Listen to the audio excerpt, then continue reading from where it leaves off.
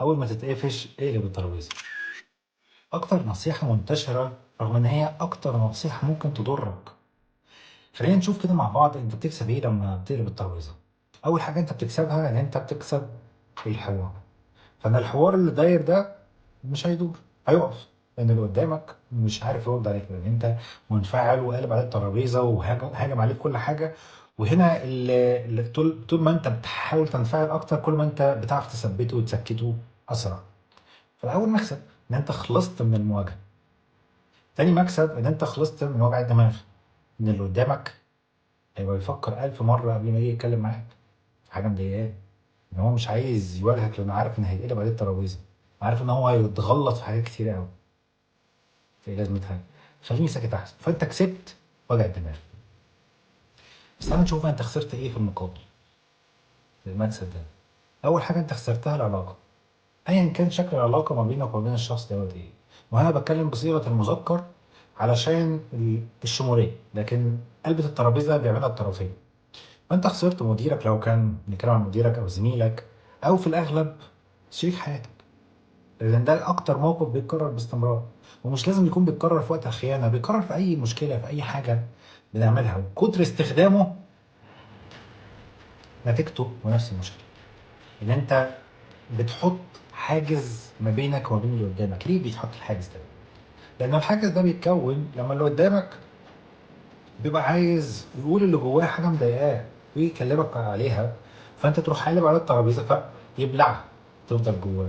إيه اللي جواه؟ الكلام اللي عايز يقوله، اللي أنت ما اديتوش فرصة إنه يقوله وما سمعتوش يقوله. وهنا في فرق ما بين إن أنت تسمع اللي قدامك وما بين اللي قدامك يتكلم بس يحس إن هو مش مسموع، فيبقى يفضل الكلام عايز من جواه عايز يوصله لك، بس طول ما أنت بتقلب الترابيزة أنت بتقول له مش واصل له. فهنا بيتحول الكلام ده لحائط، لحاجز ما بينك وما بين الشخص التاني، فيفضل العلاقة دايما فيها الشرخ، وكل ما تقلب أكتر كل ما الشرخ يزيد. طيب فده أول ثمن هتدفعه، العلاقة بالكامل.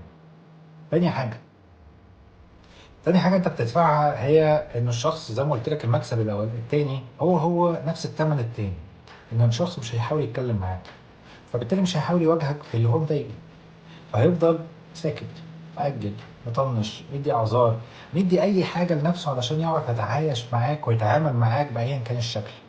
فلحد ما هيوصل لمرحله خلاص فاض بيه، مش قادر يتكلم، مش قادر يتعامل، وتبقى وصل لمرحله ان العلاقه ايا كان شكلها وطبيعتها، وفي الاغلب بتكون علاقه جواز، خلاص تبقى نهايه.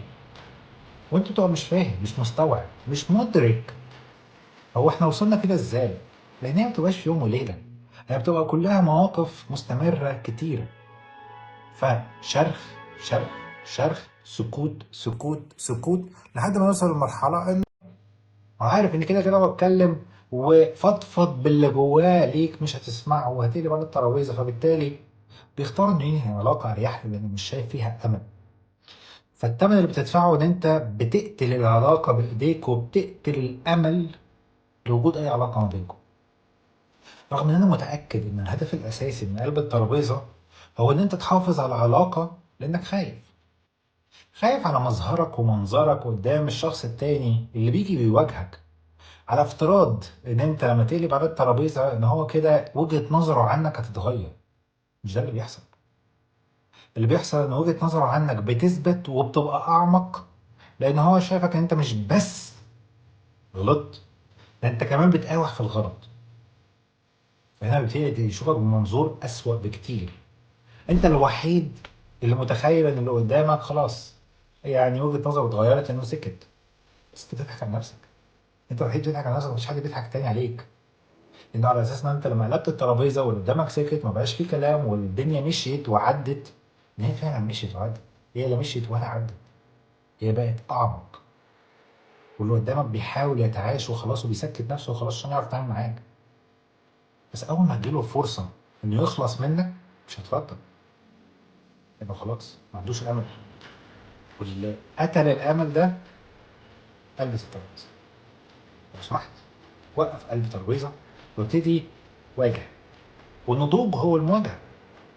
انه لو فعلا قدامه بيشتكي، وارد ان هو يكون على حق وارد يكون مش على حق، لو هو على حق يبقى انت محتاج تعتذر وتشكره ان هو جه يتكلم معاك عشان يفضل يتكلم معاك، وتشكره ان هو بيلحقك من التمادي في الغلط، بينقذك.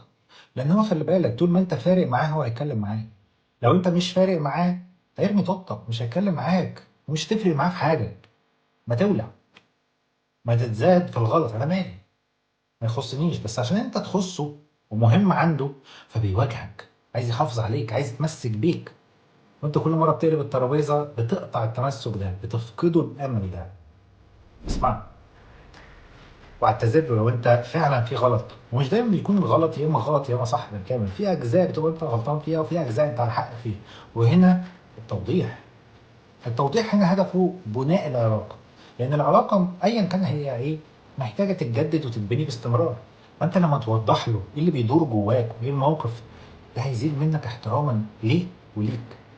هو هيحترمك او هي تحترمك لان انت شرحت له، فهمته، وضحت له اللي جواك. وفي نفس الوقت احترامه ليك هيزيد لانك انت قد المسؤوليه. لان انت ما تصرفتش زي ما كل الاطفال بتتصرف، انها تفضل تدبدب ده هو مش انا، لا لا انا بريء.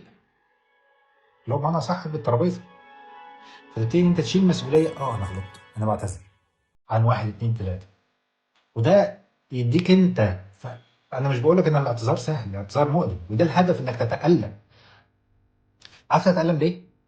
لان انت لما هتتالم هتفتكر الاعتذار ده والالم ده في الفرصة اللي ممكن تغلط فيها تاني، فتوقف نفسك، فتحمي نفسك من الغلط، فتقاوم نفسك. وساعتها تقويمك لنفسك هيكون اسهل، غير لما تكون انت بتقلب الترابيزه. لان انت لما بتقلب الترابيزه بتقول لنفسك عادي عادي، اغلط اغلط، هنقلب الترابيزه بعدين والدنيا هتعدي. فانت بتسهل على نفسك الغلط لما تقلب الترابيزه، ولما تعتذر بتصعب على نفسك الغلط وبتحمي نفسك وبتبقى انت فخور بنفسك في الاخر، وبتكسب اللي حواليك مش العكس. فجرب بعد كده لما حد يواجهك اسمعه، افهمه، استوعبه، استفهم منه هو شايف اللي هو شايفه ده ازاي. ولو انت فعلا غلطان اعتذر احتراما لنفسك وللآخرين. ولو هو محتاج منك توضيح علشان هو فاهم الدنيا غلط وضح له، تقديرا للعلاقة اللي ما بينكم. جربها وقول لي.